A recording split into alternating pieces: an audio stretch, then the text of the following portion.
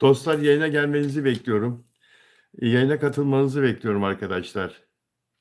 Sizlerin yayına katılıp benimle birlikte magazin gündemiyle ilgili olarak e, sorularınızı bekliyorum.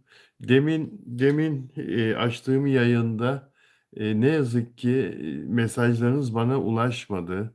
Mesajlarınız bana ulaşmadı. Çok şükür şimdi görüyorum sizi. Çok sevindim. Simon Enid, merhaba, hoş geldin. Bahtiyar nasılsın? Hoş geldin Bahtiyar. Demin açtığım yayında bir problem vardı. Maria merhaba. Yegane nasılsın? İyi misin? Her şey iyi mi? Banu Kabaş teşekkür ederim. Sağ ol. Sen nasılsın? İyi misin? Evet, demin açtığım yayında bir problem oluştu ve Lidya hoş geldin. Lidya ve mesajlarınız bana ulaşmıyordu arkadaşlar. Umarım anlattıklarım, söylediklerim size geçmiştir. Ancak daha sonra yine bir problem oldu ve yayın kesildi. Yegane çok teşekkür ederim. İyiyim. Fatma Hamburg'dan, Fatma'ya selam. Manzur Moskova'dan çok selamlar. Adriana nasılsın diyor. Teşekkür ederim Adriana. Sen nasılsın? Merhaba Adriana. Maria iyi günler Bilal Bey. Herkese merhaba diyor. Maria da burada. Dostlar, Salha Akpınar merhaba diyor. Artık videolarınızı altyazılı olarak alamıyorum diyor. Leonidas altyazı yolluyorum ben. Altyazı YouTube'a bildiriyorum hangi dillerde altyazı yüklenmesi gerektiğini ve her gün bazı günler gecikiyor ama ertesi güne kalabiliyor YouTube'dan kaynaklı. Ama döndüğümden bugüne kadar çektiğim 4 ya da 5 video çektim. Hepsinde altyazı yüklendi. Hepsinde altyazı var. Dönüp bakabilirsin. Bir gün sonra yüklenenler de var. 2 videoya bir gün sonra altyazı yükleyebildim. YouTube öyle izin verdi. Banu Kabaş iyi olmana sevindim. Fatma Onur Akay'ın durumu gayet iyi. Evinde Onur Akay. Evine çıktı. Taburcu oldu hastaneden. Gayet iyi. İyileşiyor. Yegane e, teşekkür ederim. Zemine iyi günler diyor. Teşekkür ederim. Nur Hayat şimdi oldu diyor. Evet. Sevindim ben de düzelmesine. Demin yaptığım yayında aslında Mansur'a Manzura iyi misiniz diyor. İyi olmaya çalışıyorum Manzura. Daha da iyi olacağım inşallah. İyi olmaya çalışıyorum. Bazı teknik problemler var. Onları çözmeye gayret ediyorum. Onlar çözüldükten sonra her şey çok daha iyi olacak. Ee, Evet, Onur Akay'la ilgili olarak ay çok sevindim diyor Fatma. Onur Akay'la ilgili verdiğim habere sevindiğini söylüyor. Çok şükür gerçekten Fatma. Ruksara, merhaba Ruksara. Yegane Onur Akay için geçmiş ve bitmiş olsun inşallah diyor. Banu Kavaş e, Ümran'a hatırını soruyor. E,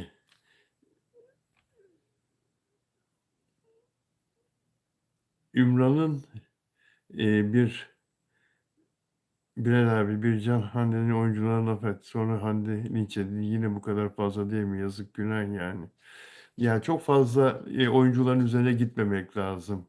Ümran Keleş, moderatörüm Banu Kabaş ve Ümran Keleş moderatörlerimden iki tanesi arkadaşlar. Önce merhaba diyorum Ümran'a da. Banu'ya demin demiştim. Oyuncuların çok fazla üzerine gitmemek lazım. Onları linçletmemek lazım. Hande de kendi çapında e, oyunculuğunu geliştirmeye çalışıyor. Evet çok çok çok çok iyi bir oyuncu değil ama sonuçta sektörün kabul ettiği bir isim ve çok fazla seveni var, hayranı var.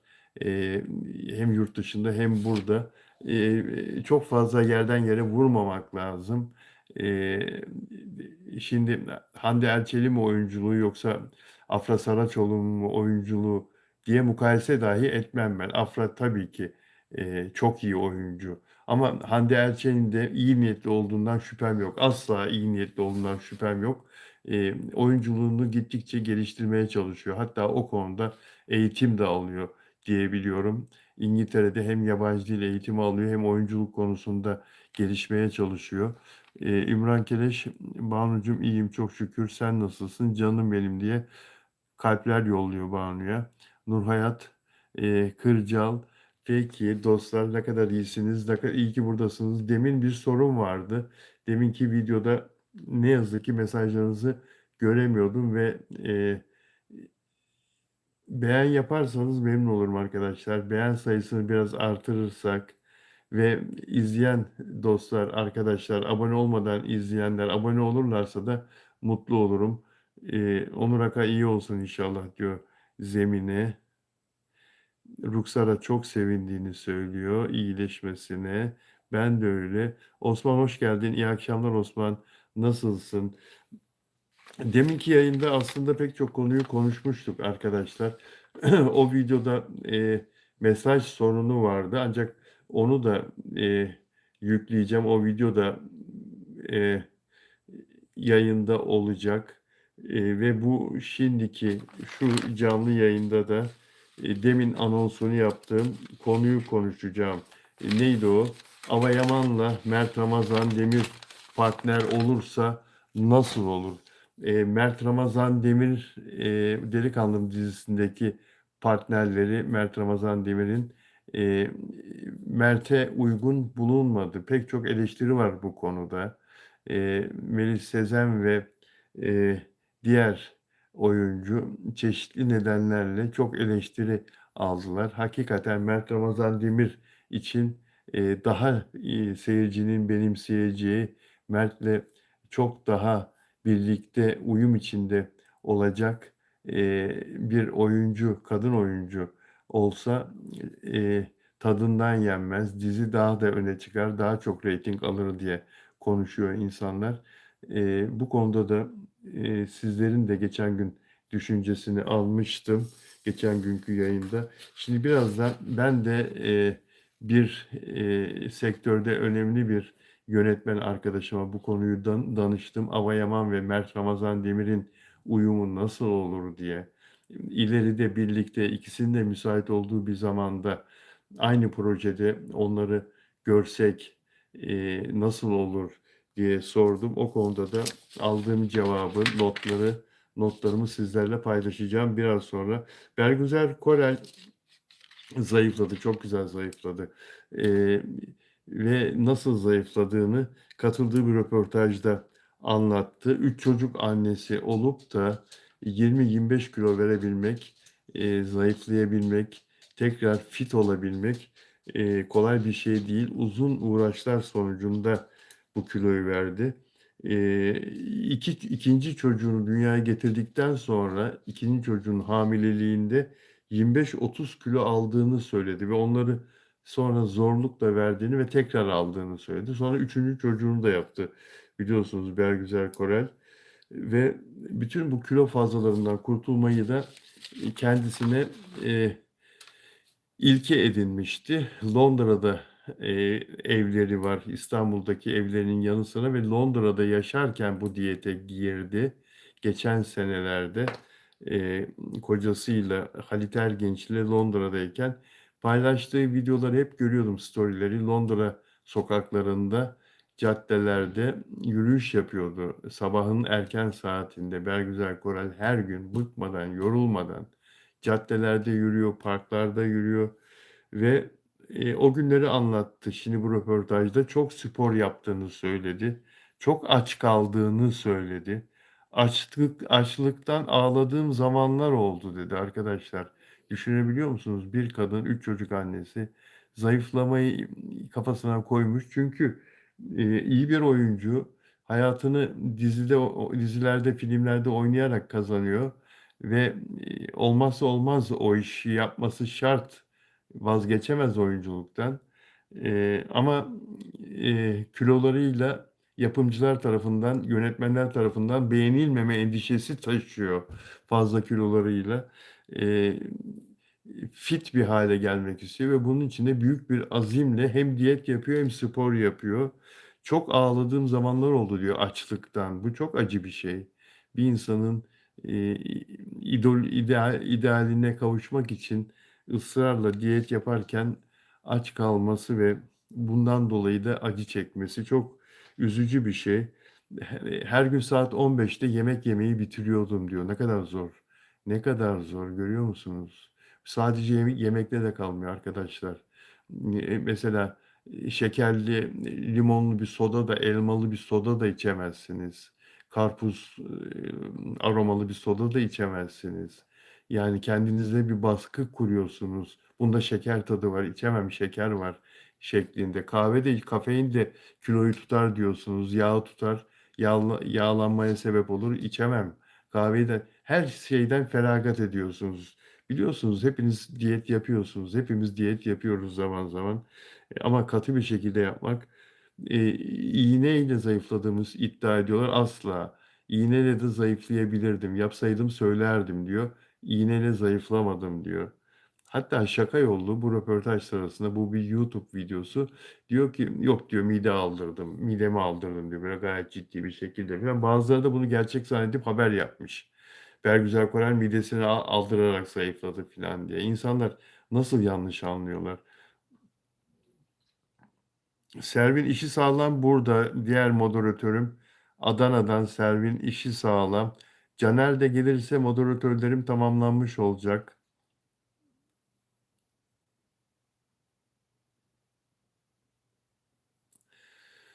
Eee, peki arkadaşlar, lütfen beğen yaparsanız memnun olurum dostlar. Beğen yapmanız bizler için önemli. Videolarımızın daha öne çıkması için abone olmanız, beğen yapmanız, yorumlarla katkıda bulunmanız çok önemli yayınlarımıza. Peki dostlar, eee Bergüzar Korel konusunu güzel zayıfladı. Güzel zayıfladı. Bergüzar Korel güzel zayıfladı. Aynı zamanda şarkı da söylüyor. Müzik işini bayağı sevdi. İstanbul'da, bir lokalde geceleri, haftada bir sahneye çıkıyor ve şarkı da söylüyor elit bir müşteri kitlesine. Zorlu AVM'de, Zorlu PSM'de orada, bir lokalde şarkı söylüyor, insanları eğlendiriyor. Taşacak Bu Deniz dizisini dün izledim arkadaşlar biraz. Reytingi düştü, önceki haftaya göre ama yine 14'lerde filan yani. Taşacak Bu Deniz'in reytingi düşse ne olur? Ne kadar düşse yine 14 reyting. Müthiş bir şey. Şu anda en çok izlenen dizi. Uzak Şehir'den daha fazla reytingi Taşacak Bu Deniz'in. Bu dizinin sezon finali için karar verildi arkadaşlar. Ulaş Tuna Aztepe, Deniz Baysal, Avayaman, Burak Yörük ve başka değerli oyuncuların rol aldığı bu dizi 5 Haziran Cuma günü 31. bölümüyle sezon finali yapacak. 31 bölüm yayınlanmış olacak bu sezon TRT'de ve sezon finali yapacak. Dizinin son bölümünde beni etkileyen sahneler Eleni'nin sudan zehirlenen Burak Yörük'ün oynadığı Oruç karakterine sağlık ocağında Oruç karakterinin yanı başında onun elinden tutup onun için ağlaması, onun için üzülmesi, Oruç'un hayatını kaybetmesinden endişe ederek kendisini hırpalaması, yani üzüntüye boğulması ve bunu çok güzel oynadı Eleni. Eleni çok iyi bir oyuncu zaten, ve, Eleni gittikçe de daha da güzelleşiyor, kilo aldı. Bu dizinin ilk bölümlerine göre baktığınız zaman Eleni biraz daha irileşti. Daha böyle bir, eee, olgun kadın görünümüne doğru gidiyor. Ne kadar olgun kadın desek 20 yaşında, 19 yaşında başlamıştı diziye. 20 yaşında Eleni. Eee, çok yakışıyor bu diziye. Şimdi bu diziyi izlerken, Birdenbire Eleni ile Mert Ramazan Demir'in partnerliği nasıl olacağını düşündüm arkadaşlar. Onu konuşacağız. Mert Ramazan Demir'e uygun partner kim olur işte Serenay Sarıkaya olur, Hande Erçel olur filan deniyor ya. Neden Ava Yaman olmasın? Neden Ava Yaman olmasın? Gerçi aralarında 8 yaş fark var. Mert 28 yaşında, Ava Yaman 20 yaşında. Ama yani hiç de fark etmez. Yani Kenan İmirzalıoğlu, Afra Saraçoğlu'nun yanında abisi değil babası gibi duruyor ama dizi şahlandı gidiyor mesela. 8 reyting, 9 reyting başladığından beri son derece uyumlu bir şekilde götürüyorlar diziyi. Ki burada 8 yaş fark hiçbir şey değil, hiç belli olmaz bile. Taşacak Bu Deniz dizisinde Zeynep Atılgan'ın oyunculuğu gittikçe öne çıkıyor. Fadime Koçari ve İso'yla Erdem Şanlı'yla sahneleri insanların büyük ilgisini çekiyor. O yüzden yönetmen onların sahnelerini uzun uzun veriyor arkadaşlar. Çok dizinin reyting alan bölümleri, İso'yla Fadime'nin sahneleri, onların sahneleri bu yüzden gerçek hayatta da sevgililer biliyorsunuz değil mi? Zeynep Atılgan'la Erdem Şanlı. Dizide de zaten evlendiler. İki düşman ailenin iki ferdi evlendi dizide ve e, aileler arasında da gerilime sebep oldu. Ama seyirci onları çok beğeniyor, çok seviyor ve onların olduğu bölümlerin reytingi de çok yüksek geliyor. O yüzden de e, Zeynep Atılgan'la uğraşanlar var. Fadime Koçarı'yı canlandıran Zeynep Atılgan'la sosyal medyada uğraşanlar var ve hepsini avukatı açıklama yaptı. Zeynep Atılgan'ın aleyhinde hakaret yorumları yapanların hepsini mahkemeye verileceğini en kısa sürede ve kendilerinden tazminat talep edileceğini açıkladı. O tazminatta hayır kurumlarına bağışlayacaklarını söylediler arkadaşlar. Şimdi gelelim yorumlarınıza bakayım tabii. Ümran sevgililer mi? Evet. İso Fadime, evet. Mizgin de evet Ümran diyor. Gerçek hayatta sevgililer ama gizliyorlar. Gizliyorlar. Peki arkadaşlar. Avayaman ve Mert Ramazan Demir uyumlu olur mu? Birlikte aynı projede oynasalar uyumlu olur mu? Bunu çok deneyimli sektördeki bir yönetmen arkadaşıma sordum. Bu sorunun cevabını sizlerle de paylaşmak istiyorum arkadaşlar. Şimdi notlarımı açacağım ve o konuyu konuşacağız. Bir saniyenizi rica ediyorum. Evet. Ee, Abone olarak izlerseniz mutlu oluruz arkadaşlar. Bunu tekrar söyleyeyim. Abone olmadan izleyen dostlar abone olurlarsa memnun olurum ve beğen yaparsanız da bu bizim çok hoşumuza gider arkadaşlar. Servin ben de yeminle gözüm. Peki. Caner geldi işte. Caner'i soruyordunuz. Dördüncü moderatörüm Caner de geldi. Aleykümselam Caner. Şimdi Mert Ramazan Demir'le Ava Yaman'ın uyumu çok çok iyi olur. Çok iyi olur. Yeter ki proje iyi olsun diyor yönetmen arkadaşım. Ee, Mert Ramazan Demir'in güçlü yanı her türlü sahnede, her türlü karakterle uyum içinde olabilir. Duygusal da oynar, komik de oynar Mert Ramazan Demir. Sert de bakar, yumuşak da bakar. Mert Ramazan Demir iyi bir oyuncu. Eee, Kısacası koruyucu ve çatışmalı erkek her ikisini de oynar. Ama Yaman ise yeni bir jenerasyon içinde ama Avayaman yeni jenerasyon 20 yaşında bir oyuncu ama güçlü bir oyuncu. Güçlü bir oyunculuğu var. Gittikçe gelişen, seyirciyi etkileyen bir oyunculuğu var Avayaman'ın. Saf, naif ya da hızlı dönüşen karakterlerde etkili olabilir diyor arkadaşım. Saf, naif ya da hızlı dönüşen karakterlerde etkili olabilir diyor yönetmen arkadaşım. Eğer senaryo doğru yazılırsa, Bu ikili yasak aşk, sosyal fark, yaş farkı dramı gibi, dizilerde gibi konulu dizilerde, bu senaryolu dizilerde, tutabilir bu ikili. Yasak aşk, sosyal farktan doğan, bir ilişki, yaş farkı dramı gibi ama çok da yaş farkı olmamakla birlikte. İkisi de denge kurulmazsa diziyi tek tarafa çeker diyor arkadaşım. Denge kurulmazsa diziyi tek tarafa çeker.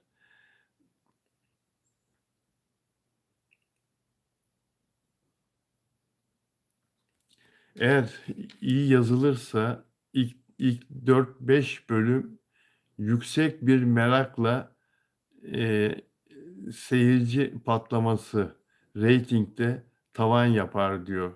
Sosyal medyada güçlü bir şekilde konuşulur diyor arkadaşım. Eee, genç kitle ile dizilerin izleyicisi birleşir. Hem genç kitle sahiplenir bu diziyi hem de dizileri, ayırt etmeden izleyen insan topluluğu, dizi her akşam televizyon karşısına dizi izlemek için oturan insanlar yani, televizyonda bu diziyi sahiplenirler. Hikâyenin derinleşmesi lazım diyor arkadaşım, yönetmen arkadaşım. Eğer iyi yazılırsa bu ikili çok güçlü olur diyor. Garanti zirve olur diyor bu ikili. İyi yazılırsa senaryo garanti diyor, zirve garanti diyor. Hem oyunculuk çok önemli diyor ki ikisi de iyi oyuncu. Senaryo çok kaliteli olmalı ve yönetmen dili çok önemli diyor. Yönetmenin, senaryoyu, oyunları, oyuncuların, ortaya koyduğu oyunları nasıl anlatacağı çok önemli diyor arkadaşım. Eğer Avayaman'la Mert Ramazan Demir partner olursa. Bu ihtiyaç neden doğdu? Neden aklıma geldi benim? Ya Mert Ramazan Demir'e daha iyi partner bulunamaz mıydı Delikanlı dizisinde? İşte konuşmuştuk burada. Dedim, Taşacak Bu Denizi izlerken Avayaman neden olmasın? Bundan sonraki projede ikisi için de. Mert Ramazan Demir'in Delikanlı dizisi diyelim ki 2 sene sürdü ya da 3 sene sürdü. Taşacak Bu Deniz de 2 sene, 3 sene sürdü. Eğer ikisinin de finali aynı zamana denk gelirse ve ikisi de aynı zamanda boş olursa neden aynı dizide ulusal kanalda oynamasınlar? Arada, bir yaz mesela, bu yaz da olabilir o. Dijital platformlardan birine 2 ay çalışabilirler, dizi çekebilirler 8 bölüm, ya da bir sinema filmi çekebilirler ama illaki biz onları, bir ulusal kanal dizisinde görmek isteriz. İstemez miyiz arkadaşlar? Lütfen sizler de bu konuda, görüşünüzü yazın.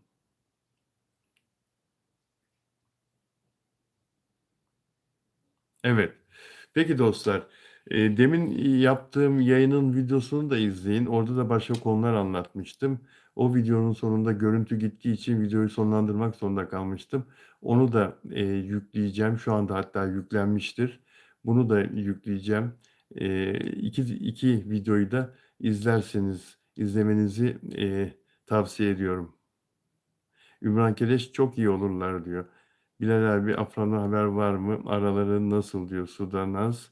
Eee, Semra Afra'yla niye olmasın diyor. Yayında chat hiç çıkmadı. Biliyorum chat hiç çıkmadı. Biliyorum. İyi akşamlar abi Afran konusunda Onur abiyi mi bekliyorsun? İyi akşamlar diyor Meral Bildik. Caner abi diyor. Peki dostlar sizleri çok seviyorum. Kendinize çok iyi bakın olur mu? Görüşeceğiz yine. Sevgiyle kalın.